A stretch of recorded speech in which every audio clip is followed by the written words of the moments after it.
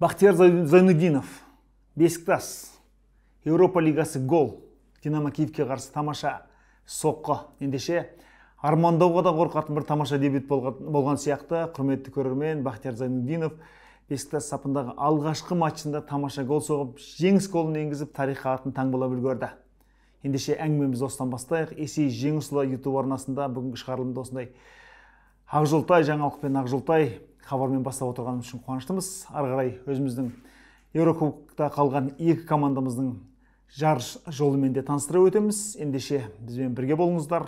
Оқырман санын 4000-нан асырып 5000-ға жеткізесіздер деп сенемін. Бірге болайық, бастайық.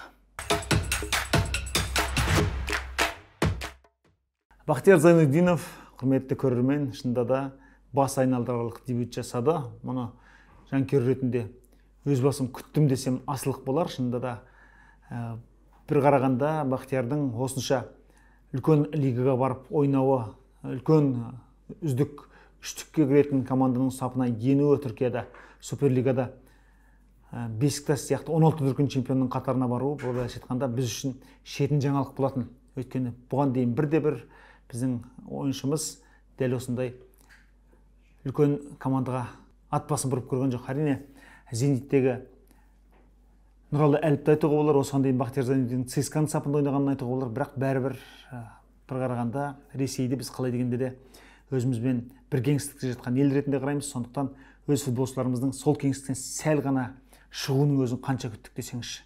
Сондықтан Зайнудиновтың бұл жолы Бесикташқа ауысуы, бұл ауысу мәселесінің ұзаққа созылғаны, келіссөздердің ұзақ кеткені шынында да жанкүйер ретінде бізді кәдімгідей алаңдатқан еді. Бірақ бәрі дұрыс, ақыры дұрыс аяқталды. Бахтиярдың өзі де алғашқы сұхбатында түрік топырағына табан деген сәтте бұл мәселенің ұзаққа созылса да өзім үшін жақсы аяқталғаны үшін қуаныштымын деді. Ол өз үшін емес, біз үшін де жақсы аяқталды, құрметті көрермен. Және осы Бахтияр Бесикташқа ауыса салысымен осы команданың Инстаграмдағы әлеуметтік парағына жазылып қойдық.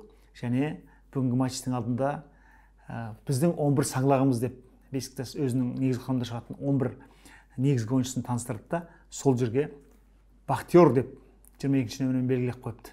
Шынында да осының өзі көңілге қатты медеу болды. Қалай дегенде де Шенол Гүнеш сияқты мықты бапкер Бахтиярға бірден мүмкіндік бермейтін сияқты көрініп тұрды. Өйткені Бахтияр барғанына және жаттығу өткізгеніне бар жоқ екінші күн, және оның үстіне бірден Бухарестке жол тартып кетті. Өйткені өздеріңіз білесіздер, Динамо Киев қазір өз алаңында қарсыластарын қабылдай алмайды. Сондықтан Еуропа лигасының плей-офф кезеңіндегі алғашқы матч осылайша Румыния астанасында өтетін болды. Сондықтан Бесикташтың осы әлеуметтік парақшасынан Бахтиярдың Румынияға барғаны, Бухаресттегі стадионда жаттыққаны бәрі үзік-үзік көрсетілді. Соның өзі біздің көңілімізге шынайы медеу болды. Ал матч басталған сәтте әрине Бахтиярдың 19 минутта алаңға шығу мүмкіндігі жоғарылағанын бәріміз көрдік. Өйткені Артур Масуаку сол уақытта жарақат алып қалған болатын, және режиссерлер неге екенін қайдам, сол жерде Бахтияр Зайнудинов Масуакудың орнына шықты деп те белгі берді. Бірақ бұл жалған сигнал болып шықты, жалпақ тілмен айтқан кезде. Ал екінші тайм бастала салғанда Бахтиярдың арқасындағы 22-ші нөмір жарқырап, алаңның жиегінде тұрды. Бұл сәтте шынында да жанкүйер ретінде көңілімізде алаң болды. Масуакудың орнында ойнайтын болса, ол қорғаныстың сол жағына таяу ойнайды, яғни орталық сол жақтағы қорғаушы болады. Демек, ЦСКАда Бахтияр өзі сол жерде көбірек ойнап, былайша айтқанда өзінің шабуылшылық қырын кішкене жоғалтып алған сияқты көрінген еді. Шенол Гүнеш сияқты табысты бапкер біздің талантты баланы, шабуылға ыңғайлы талантты баланы сол тұсқа тағы да қамап қоя ма деген бір қорқынышымыз болды. Және екінші тайм басталған сәтте дәл сол Бахтиярдың позициясынан Динамо Киев бір гол соғып кетті, Караваев. Бірақ оны есепке алмады. Деп бір тереңдем алған сияқты едік. Шапаренко тағы да Бахтиярдың кешіккенінен пайдаланып, ортадан тамаша паспен гол соғып кетті. Яғни басы қатты болды. Бахтиярдың сол кездегі түрінен бір шынында да бізде бір кішкене сансырап қалған сыңайды көрген сияқты болдық. Дегенмен мұның бәрі уақытша екен. Бахтияр екінші таймның ортасына қарай жаңа екі ойыншы шығып, Бахтияр сол қапталдағы жартылай қорғанысқа көбінше шабуылға жақын жүрген мүмкіндік алды. Бұл сәтте де енді командаластарының бой үйретпегені ме, әлде басқа да тапсырма бар ма, Бахтиярға көп пас барған жоқ. Сондықтан Бахтиярдың шабуылдағы әлеуеті көріне алмайды. Осы бүгінгі матчты Бахтияр осылай аяқтайды деп тұрған сәтте, ол 90+5 минутта шабуылды өзі бастады да, өзі тамаша аяқтады. Бұл үлкен тәуекел болды шынында да. Дәл сол жерде қарасаңыздар, Бахтияр сол жақтан ішке қарай ойысты да, сол оң қапталдағы Рашицаға пас беріп үлгерді және өзі орталық шабуылшының позициясында алға жылжып жіберді. Бұл өте дұрыс қадам болғанын кейінгі гол анықтап берді. Ал ол жерде Бақтияр оң аяқпен гол соқты. Әдетте біз Бақтиярдың сол аяғының сиқырлы екенін білетінбіз. Бұл жолы позицияны да дұрыс таңдады және өзінің алдына жандырмен ұтылған қорғаушының өзін жер соқтырып кетті.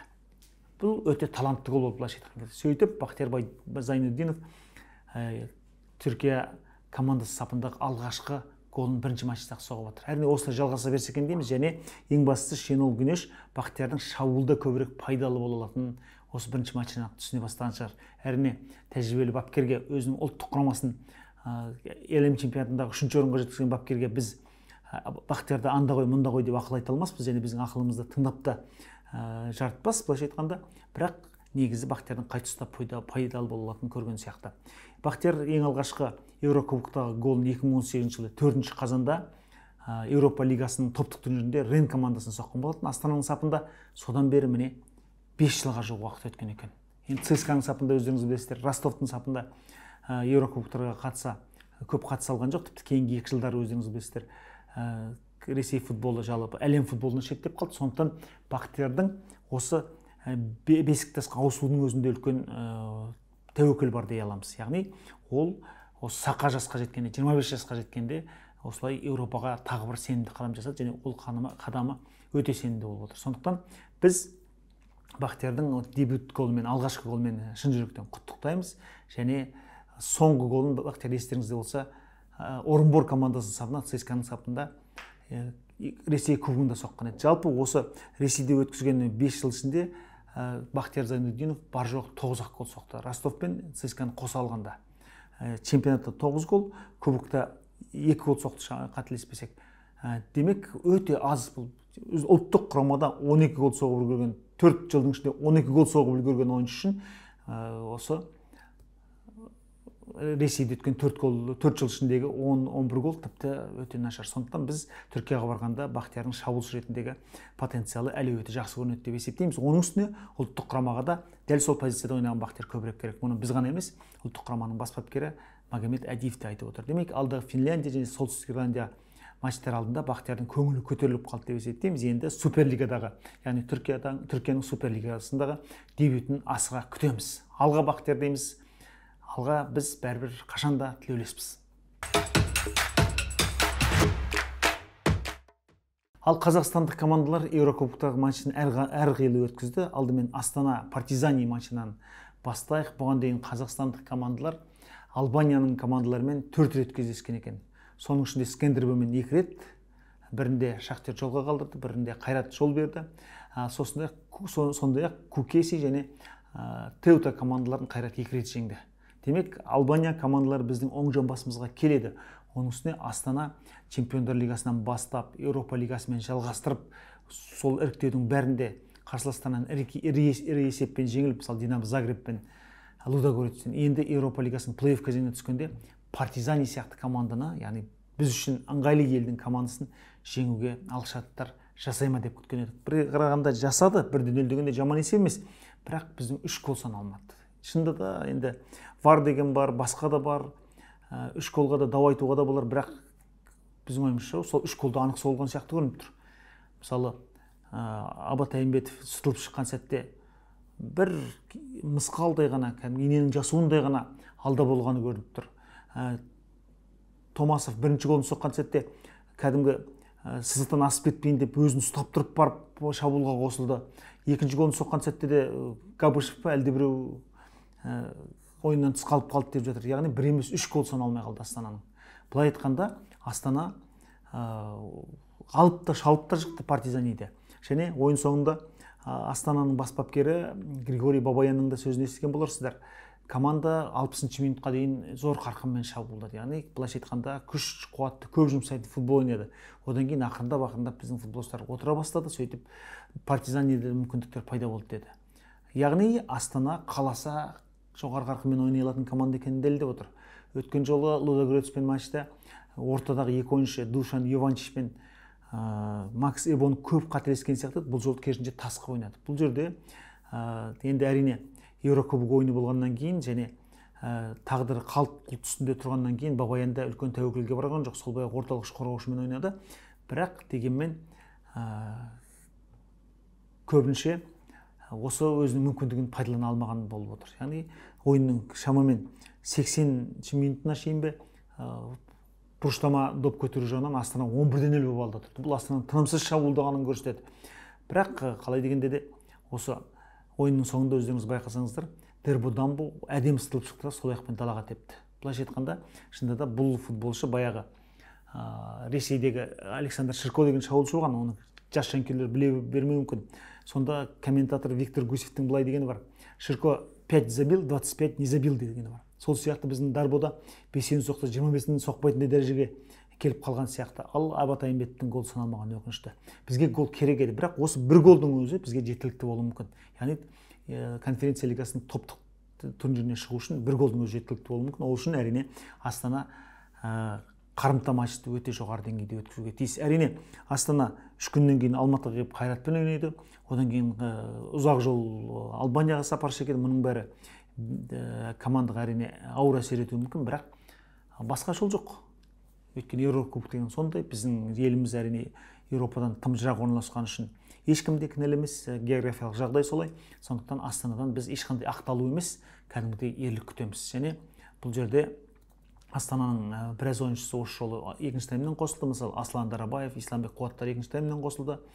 Басқа да ауыстыратын ойыншылар бар. Сондықтан енді Бабаян бапкер қазірдің өзінде тығырықтан жолтаудың жақсы амалдарын іздеп жатқан болар. Сондықтан 1-0 қайталап айтамын, аса жаман есеп емес. Әрине 2-0 болып немесе солған голдардың бәрі саналып 4-0 болса да біз тіпті аспанға түкіріп жатқандай жағдайымыз болатын еді, бірақ барға қанағат. Барға қанағат, ең бастысы біздің командалар Еурокубоктарда Қазақстанның қоржынына ұпай салып жатыр. Демек, Астана бұған дейінгі қателіктердің бәрін түзетіп, Партизаниді жолға қалдыратындай мүмкіндік таба алады деп сенеміз. Тобыл Виктория Плзен командасында әрине чехиялық команданың өте мүмкіндігі өте жоғары бағаландығын жақсы білесіздер. Оның үстіне чехиялық командалар бізге аса ыңғайсыздау. Қайбір жылдары топтық турнирде Еуропа лигасының топтық турнирде Астананың Слован командасынан басым түскенін ғана еске алатын шығармыз. Әйтпесе шынында да Сигма болсын, Қайратты жолда қалдырған, Ордабасын жолда қалдырған Млада Болеслав командасы болсын, басқа да командалар былайша айтқанда біз үшін аса ыңғайсыз. Сондықтан Виктория Плзеннің фаворит бола тұрып 2 гол соғып кеткенін біз аса бір ауыр жаңалық ретінде қабылдап отырған жоқпыз. Тобыл барын салды, бірақ тағы да айтарымыз сол, Тобылдың кішкене шабуылы жетімсіреп қалып жатыр. Көп жағдайда Серж Деблеге мысалы Роман Асыранқұлов болсын, Боян Младович болсын, алға асырып пас береді. Дебле не істейді? Допты 2 қапталда жақсы қабылдайды, бірақ қайтадан артқа шегінуге мәжбүр. Және көп жағдайда өзі тәуекелге ортаға беріп, артқа пас берген сәтте қарсыластың алдына салып беріп жатқан сәті көп. Сондықтан Ислам Чесноковтың айығуы өте бізге қатты қажет болып тұр. Өйткені оның орнын алмастырған Игорь Иванович көбінше оң қапталда толықтай Чесноковтың функциясын атқара алып жатқан жоқ. Ал Сержан Мұжықов әрине көп жағдайда Самат Жарымбетпен бірге бойшаң ойыншыларды орталық алаңнан күтіп алуға тура келді. Сондықтан ойын өте біз үшін аса ыңғайлы болған жоқ. Оның үстіне Тобыл екінші таймның басында ғана қатты бір шабуылдады да, басқа уақытта қарсыластың ыңғайын күтіп жүрген сияқты болды. Бұл жерде мынандай нәрсені айтуымыз керек. Өз басым жанкүйер ретінде осы Серж Дебленің соққан пенальтинен қатты үміттеніп қалдым. Өйткені, құрметті көрермен, осы жолғы сырт алаңдардағы ойыны тағдыр шешті ойын болып жатыр Тобылдың. Мысалы, өз алаңымызда 2-1 Хонканы жеңдік, сырт алаңда 0-0 Хонкамен тең ойнадық. Яғни біз сырт алаңнан жарты ұпай алып қайттық. Одан кейін сырт алаңда Базелді 3-1 есебімен тамаша жеңдік, өз алаңымызда 1-2 есебімен жеңдік. Және ол жерде де пенальтиден егер Серж Дебле гол соқпаса, біз тіпті Базелге басымдықты басып өтін беріп қойымыз мүмкін еді. Сондықтан ал үшінші ойында өздеріңіз білесіздер, Дерри Ситимен сырт алаңда 1-0 есебімен тең ойнадық, бірақ ол жерден де олжалы қайттық. Яғни ойын соңында пенальтиден жеңіп қайттық. Демек, Тобылдың әрбір сырт алаңдағы ойыны бізді жақсылыққа жетелеп отыр. Сондықтан Серж Дебленің осы бір голы пенальтиден соққан голы. Шіркін-ай, бізге Тобылға топтық турнирдің жолдамасын берсе деген бір асқақ арманымыз бар деп кішкене асқақтай сөйлейікші шынында да. Өйткені Тобыл былайша айтқанда биыл қазақстандық командалардың ішінде Еурокубоктарға қатысқандардың ішінде ең осал ретінде бағаланды, бірақ ең озы шапқан осы Тобыл болып тұр. Және Қазақстанның қоржынына ең көп ұпай салып жатқанда осы Тобыл болып тұр. Сондықтан өзінің басшылығы ауысып, былайша айтқанда жартылай жекеменшік командаға айналған сәтте Тобыл шынында да өзінің қоржынына Еурокубоктардан ақша түсіре алатынын да одан әрі дәлелдесе бізге жақсы болатын еді. Өйткені топтық турнирге шықса, Тобылдың қоржынына біраз УЕФАдан ақша түсетінін өздеріңіз жақсы білесіздер. Сондықтан алдағы қарымта матчтан, яғни аптада Плзен қаласында, бір аптадан кейін Плзен қаласында өтетін қарымта матчтан үміт үзбейміз. Бәрі де біз үшін жақсы болады деп есептейміз. Егер шіркін-ай 2-1 командамыз топтық турнирге шығып кетсе, бұл шынында да айта жүретін әңгіме болатын еді. Өйткені біз 2021 жылғы Қайраттың конференция лигасынан кейінгі топтық турнирді көретін сәтіміз осы болмақ. Ендеше сол күндерден үміттенейік. Жазылыңыздар, қолдаңыздар, оқырман санын көбейтіңіздер. Бірге болайық, спорттың жетістіктерін бірге талдай жүрейік.